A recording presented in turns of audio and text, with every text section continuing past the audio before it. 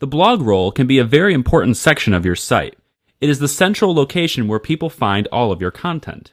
However, by default, WordPress uses the entire post in your blog roll, and this can sometimes be a bad experience for your visitors. We can get around this negative experience by using post excerpts instead. A post excerpt is an optional summary or description of a post. In order to properly set up post excerpts, we need to take a variety of different steps to ensure that it's set up properly. The first thing we need to do is visit the Settings menu and go to Reading Settings. In here, you'll see only a couple options. You're looking for the section that says, for each article in a feed, show. By default, full text is selected. Select Summary instead, and then update the changes.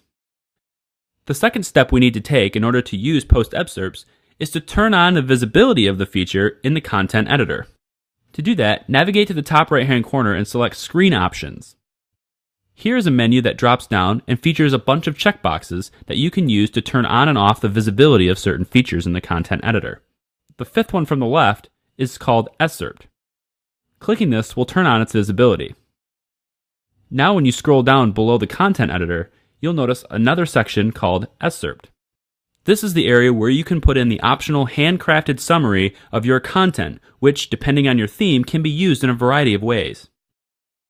I'm going to go ahead and stick this content right here into the post excerpt section. This is the summary that will display in my blog roll.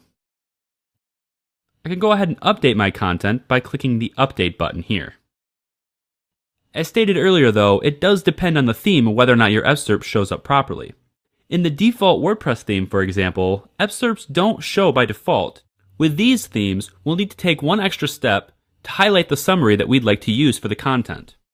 In the toolbar at the top of the content editor, next to the spell check button is the Insert More tag button. This is the button we're going to click to highlight where our summary takes place. To select the summary, find the area in the text that you'd like to use from the top down. In this case, I'm just going to use these two paragraphs here. Right after the period, I'm going to go ahead and hit the Insert More tag. This is an invisible line to the rest of the world, and it highlights where in the post I'd like the summary to be. Now we're going to go ahead and hit Update.